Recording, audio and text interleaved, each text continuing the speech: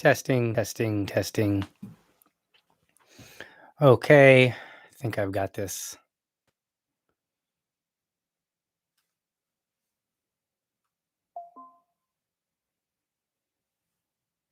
That was really loud.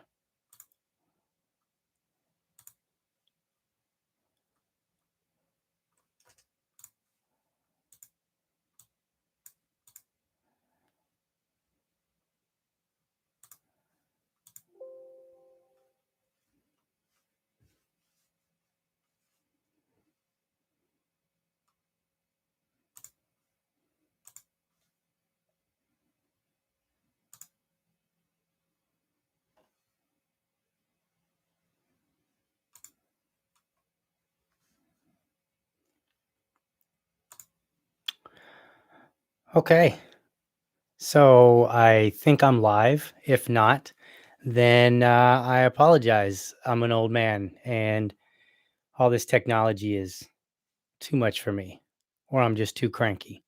But we'll see how this goes. Looks like nobody's here yet, but I'm going to go ahead and start. I'm going to start talking, telling you about whatever it is. So today I wanted to talk about three things. Those three things are going to be I'm going to kind of walk through some of my more I guess you can call them more popular tweets from 2021, what I had intentioned on doing. I don't know, maybe I'll just sit here and I'll look for a minute. I can see that like nobody's entered in yet, so maybe I should go and post this and tell people, like, oh yeah, like there's a live stream going on. So let me try to do that. Let me go share this live stream real quick. All right, so let's pull up the Twitter. And let's go ahead and make a tweet. And let's see here. Paste that.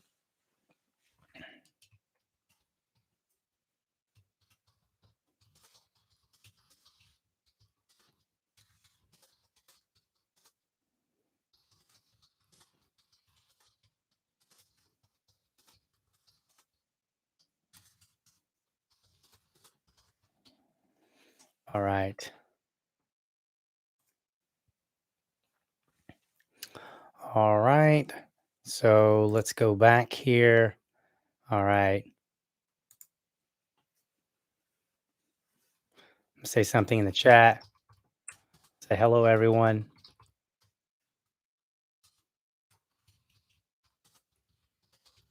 Haha, just me. So I'm just going to leave this open for right now and just kind of get the hang of using, is doing things a little bit differently here. I'm used to actually recording ahead of time. So we'll see. We'll see what happens. We'll see how this turns out. Um, and yeah, we'll go from there. All right.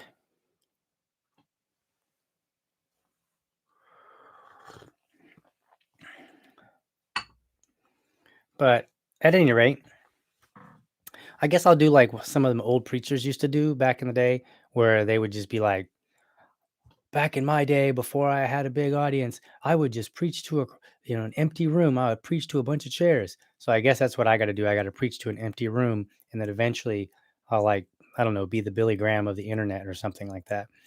But until such time. So anyway, I just wanted to talk about my 2021 most popular tweets, and let's see. It's kind of weird talking to nobody for sure, and seeing that there's nobody on here, nobody watching. So let's see what it says here. Let's see what we're looking at here. It's okay. Top chat or live chat. I guess we could do. Doesn't matter because there's no chat right now. So it's just me in this dopey ass room, and my son is next to me. Not next to me, but he's in the next room over. Hopefully, getting his nap on. So we'll see. We'll see if that ends up being the thing here. Um, but at any rate, had a lot of interesting tweets this last 2021. You know what? I'm just going to continue. I'm going to continue talking, and the reason I'm going to do that is because I can always go back and just clip some old snippets of this. So maybe there'll be something insightful that I've said. So let's just go ahead and dive right into it, talking about my 2021 most popular tweets. So I'm going to go ahead and pull up Twitter and kind of get a gist for what do we got here. And let's see here. So let's move things a little bit here. Let's moving some things around on the screen here. Looks like I'm gonna need. I've got like 4 monitors here, and I'm using only like half of them. So I'm gonna have to really work on that. At any rate, let's see what we got here. So let's go ahead and so we got Twitter up there, and then I'm going to come over here and I'm going to put it up on the screen. All right, perfect. So now I've got Twitter up on the screen, and nope, no, I don't. Transition over, bam, there it is, and now I have it up on the screen, and still showing that there's nobody watching, which is okay because you always have to start somewhere. And weird. I hope this video is it's looking reversed to me, but I hopefully that's not the case. Anyway, so one of my tweets that I had said, and this was back in December, so this actually wasn't a long time ago. I said when libertarians piss on prior unity attempts, scoff at who pushed it, and claim ulterior motives, remind them Dave Smith offered to set aside differences and unite around these issues. None now scoffing accepted the offer or made a counteroffer. They chose faction over liberty. And I still stand behind that. In fact, you're going to find that I stand behind pretty much most, if not all, of my tweets. But I stand behind this because here's what David said. He pointed out, hey, are there any libertarian? Is there any libertarian who doesn't agree with the following? No COVID passports, and the lockdowns, and the wars, and the drug war, and all corporate welfare, audit, or end the Fed. And he says, if we all agree, let's unite around these issues and focus on pushing them. Forget the distractions. And this is very, very important because in Liberty Twitter, in just in the libertarian community in general, there is a lot of infighting. And one of the reasons I think that there is so much infighting is because basically the old adage of idle hands are the devil's work. I think people don't have enough to do. And I think they're also not focusing on what it is that can unite us. And since they're so busy not focusing on what can unite us, then it's easy to start worrying about all the distractions, all the things that divide us. And as I floated around, I posted this tweet. It got 175 likes. It got 2 quote tweets, 18 retweets, which isn't, for some accounts, that's kind of peanuts. But for my account, that's actually a lot of traction. And one of the things as I was scrolling through, looking back, nobody came back and said, actually, you know what? On back when David tweeted that, I actually had a counteroffer. Here's my counteroffer, and nobody took me up on it. And this is what I mean. People were not looking for reasons to get to work with each other. What they were doing is looking for reasons to argue with each other. And so when he put this out, rather than somebody coming back and saying, "Man, you know what? You're really, really close. I can get behind all of those except for this one thing. How about that? Can we do everything but this one item?" Nobody was saying that. And this is the problem. This is the problem that we have in the libertarian community, is that nobody wants to really try to figure out how to work with each other.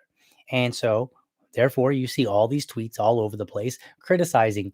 People have lots to say about what Dave has to say or what some other person has to say. They'll go dig up a 2017 video clip just to spread it around.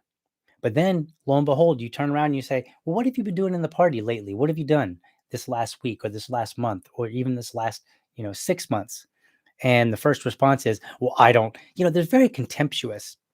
People are like, I don't have to, I don't have to prove myself to you or anybody else. And I actually had one person say something to the effect of, people that know what I do, how did it go? It was, people that know me know what I do. I don't have to prove myself. It was something like that. And I was like, this is ridiculous. It's not always about proving yourself.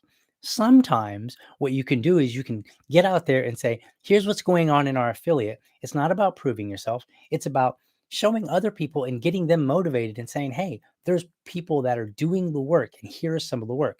The other value is that for affiliates such as mine, we like to go out and look and say, all right, what can we do? And sometimes the answer, the what can we do is not always so obvious. And so it would be nice if I could just get out. I mean, imagine if I could get out on Twitter and I could just start scrolling through all the affiliate pages and I can start saying, that looks like an interesting an idea. That looks like an interesting idea. And just basically scroll through ideas rather than criticisms of people. And then while I'm scrolling through them, then I can start writing them down and take them back to my affiliate. And I can say, hey, look, here are some really great ideas that I never thought of, but they're doing it over in, over in this state or over in that state or wherever. And this is the kind of thing that I would like to see. And I think this kind of illustrates the point that I was making, which is people aren't trying to figure out how to work with each other. They're just trying to figure out how to fight each other. So one of the things that I'll be doing this year is just ignoring all that. I'm not going to be engaging in fighting with people anymore. And it's tough. There's been about I made a tweet a while back and I said something to that effect. And since then, I've probably started and deleted, I don't know, 25, 30 tweets, realizing like, wow, this this tweet is doing exactly what I don't want it to do, which is spending my time fighting people. All right, so let's go on. Let's see what else we got here in the oh, this was a good one. I like this one. All right. There are libertarians who argue for UBI, but there is not a libertarian argument for UBI. Now, the reason I said this is because one of the things that I really can't stand, and this kind of goes back on the last point, one of the things that I really cannot stand is to see people decide who and who isn't a libertarian based on some position. And the reason for that is because I think that libertarians come in all shapes and sizes. And I don't mean that physically, but that too. Libertarians, some people come in and they're just great. They seem to be great libertarians right out the gate. They seem to understand all the core principles. They seem to have I don't want to have the quote unquote right answers. They seem to be there. The kind of people that when they speak, you're like, wow, that was really insightful. But then there are many others who don't get that way for many, many years. In fact, I would say that's most of them, because when people come to any ideology, and I saw this when I was in the Christian community, when people come to any ideology, they're usually extremely gung ho about it, but they're not necessarily good at it. They're like immature, they're babies, if you will. And all they've got is like that fire in their belly. And I don't want to say that there's a lot of those necessarily in the libertarian community, but I think that what happens is we have this tendency to determine somebody is a libertarian or they're not a libertarian based on an idea with no other context whatsoever. So we don't consider how long have they been a libertarian. We don't consider what kind of experience that they had prior to being a libertarian. We don't consider what was their experience in becoming a libertarian. We don't consider any of this stuff. We don't consider their education level. We don't consider, virtually anything. It's just literally, oh, you believe in this one thing. That's totally not libertarian. Therefore, you can't be libertarian. And I don't find that to be particularly productive. All right, so let's see. We're looking at the chat here, looking at the numbers. Still 0-0. That's okay. We're going to continue on with this. And this will just be my first live stream. And, it's okay that it's not going to be very good. And it's okay that maybe even nobody shows up, and that's all right. It's a Sunday afternoon. People might be out with their families. And honestly, if people are out with their families and, doing that kind of a thing, hey, better, more power to you. All right. So let's see what we got here. So one of the things that I hate doing is determining who is and who is not a libertarian based on um, based on some notion, based on some idea that they're holding. And I think it's just I think we're better off by approaching each idea and identifying whether or not we believe that this idea comports to libertarian philosophy as we understand it. And that's another point. People understand the philosophy a little bit differently. This is why we have like the left and the right paradigm within the libertarian community. Well, that's because people understand libertarianism differently. And if people understand it differently, then they're going to take different approaches. And I think that what we're better off doing is kind of separating the person from the idea and not really attacking the idea, but basically challenging the idea and leaving the person alone, because then it allows the person to not take it personal. If I say you're not a libertarian, then everything is it just becomes a big fight over whether or not this person does or does not get to claim the title of libertarian. And to be perfectly honest with you, again, a lot of the things that I see in the libertarian community, I've already experienced when I was in the evangelical community when I was in my late teens, early 20s. And one of the things that was really, really common to see was people would they would they would say, well, here's what it takes to be a libertarian, or here's what sorry, here's what it takes to be a Christian. And so then we would go out and we tell people, and then people would go, oh, okay, great. And so then they would do those things. And then later they would say something that we wouldn't like. And, we would say, well, you're not a Christian if you believe that. And it's like, well, wait a minute.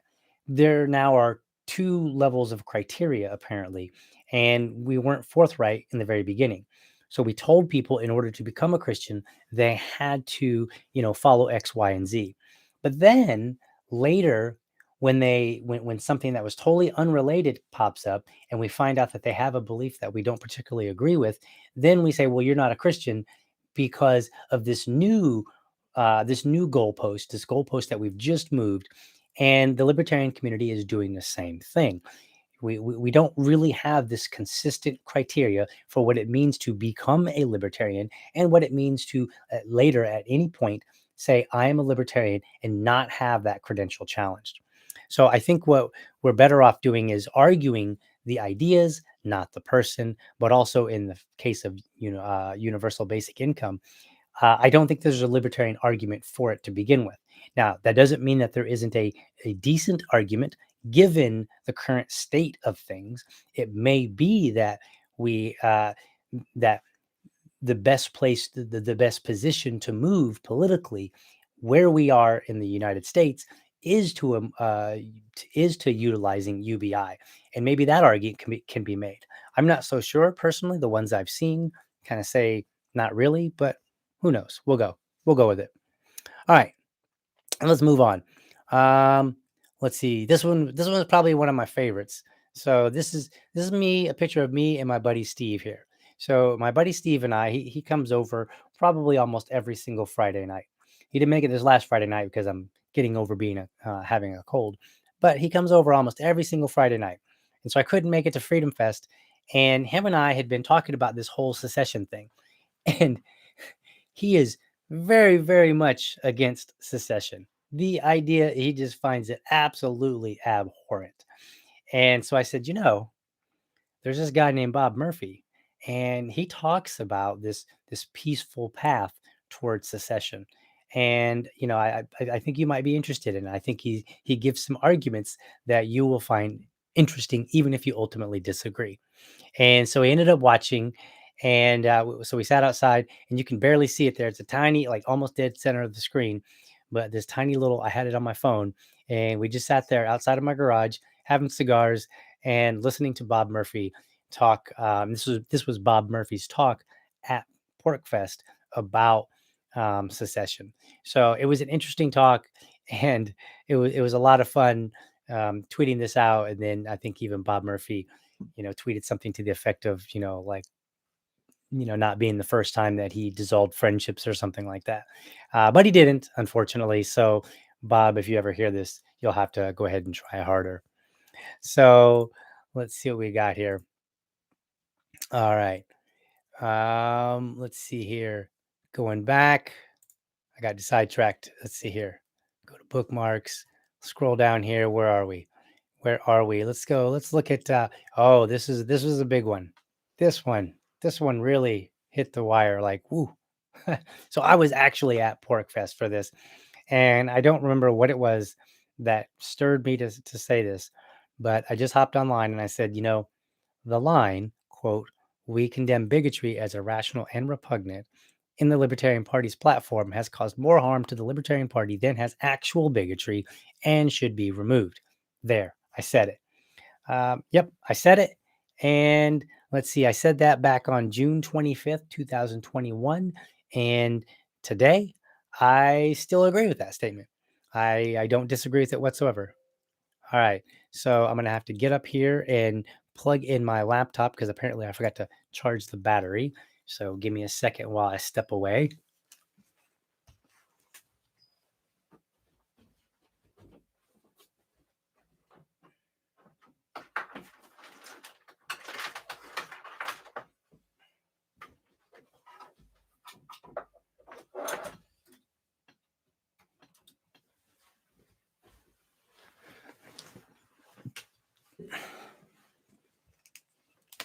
All right.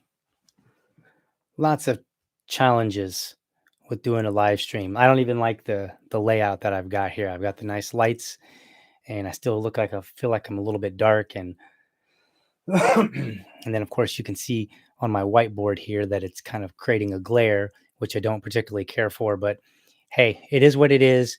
The first one is going to be sucky, and so will probably numbers 2 through 5, and then eventually, I will get used to it, and I'll have a little bit better process, and we'll have a decent live stream going on here. But hey, doing new things in 2022, and sometimes when you're doing new things, you just got to put yourself out there and be willing to look like a little bit like a fool, because if you're not willing to look like a fool up front, then chances are you're not really going to be able to um, uh, you're not going to really be able to go far. You'll be too embarrassed, you'll be too busy trying to make everything perfect to actually get out there and produce stuff. So right now, just producing some content, getting out there, trying it out, seeing how it's going. um, Count still says 0 people watching. That's okay. I'm talking to myself, talking to this microphone. I at least get to look at myself, so it feels like there's somebody else in the room. So there's that. So anyway, we're talking about this line that we condemn bigotry as irrational and repugnant. The problem with the line isn't the line itself. I'm one. This is one of those comments where it strikes me as if you have to tell people this, then maybe you need to check some of your other behaviors, right? Like if eh, when I was young, I'm 43 now. When I was younger, it was very common for me, like in my 20s, to go to a job interview and they would say, like, why should I hire you? And I would say, I'm a hard worker and I come to work on time. Now I would never say that now. And if I was advising my son, I would tell him, like, you know, I guess maybe you should say that, but probably not. Maybe only in the sense that uh, maybe that's something that needs to be said because people think of young people as not really hard workers. But I think of that as kind of like the expectation, like that's what's expected. I expect that of you. I expect people to be honest. If you have to tell me that you're an honest person, are you really that honest? And I've said this for all the people in the libertarian community who want to go on and say, I'm a principled libertarian. Again, if you're principled, people will know. It will come through in your words and your actions, your deeds, the things that you do, right? Like people will vouch for you without you ever having to say it. If you think that bigotry is irrational and repugnant, if you oppose to it, nobody, you don't have to tell people that. It's one of those things where I think that you're better off telling people by your actions and by the things you do. So, for instance, if you see somebody being bigoted, you don't have to jump in and be like, okay, excuse me, sir, that's a bigoted thing to do. You jump in and be like, hey, this is uncool, right? And eventually, when people see you jumping in enough, to these kind of situations, they're going to be like, yeah, don't do that around so and so, because, you know, they'll they'll snap right to it and they'll call you out, right? Like, so the problem isn't the line. I think everybody should view bigotry as irrational and repugnant, and that's even considering that the word bigotry is actually a very vague term.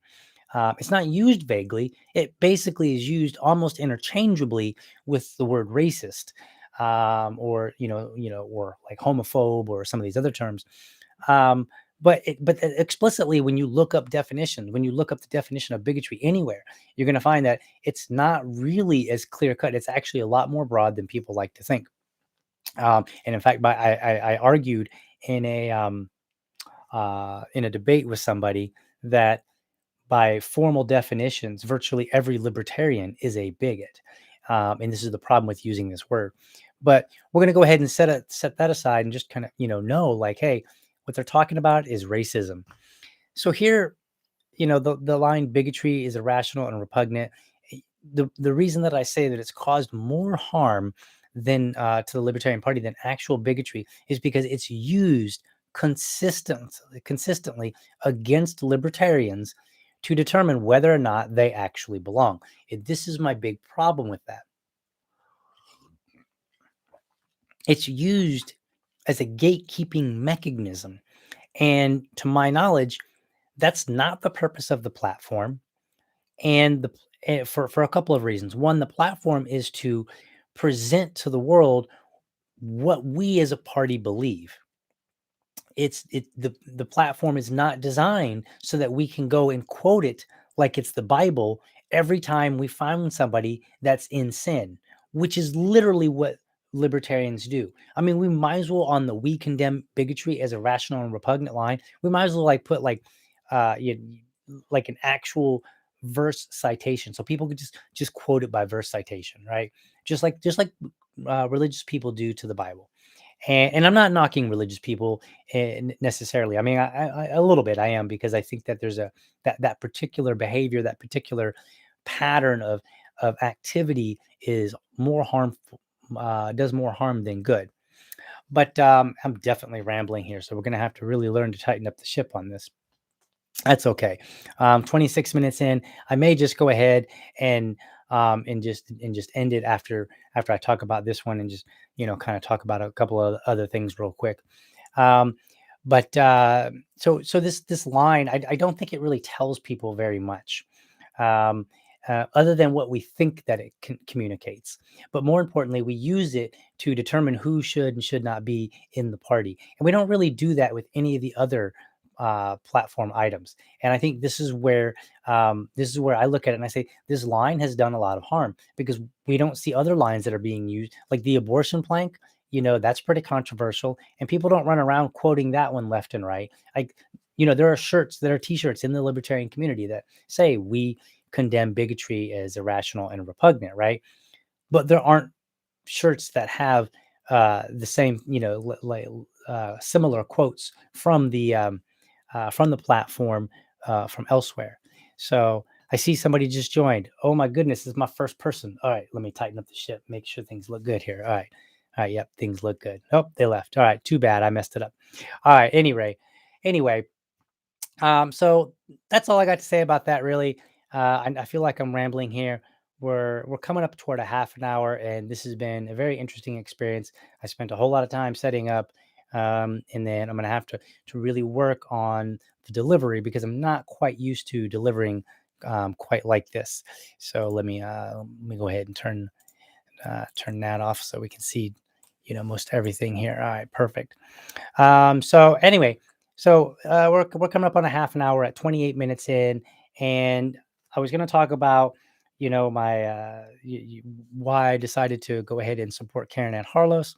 I think I'm going to do that in a different stream. I'm going to leave that, maybe break it up. I think I've kind of put too much on my plate to do today, and I'll have to figure out how to make some notes so that I can kind of talk a little bit more free form like this, because I do like the idea of talking free form, but also at the same time not ramble and not be reading from a script. So I'll save that for another time. But as far as what are my 2022 goals with this podcast, well, I'm going to start doing live stream more often, once a week.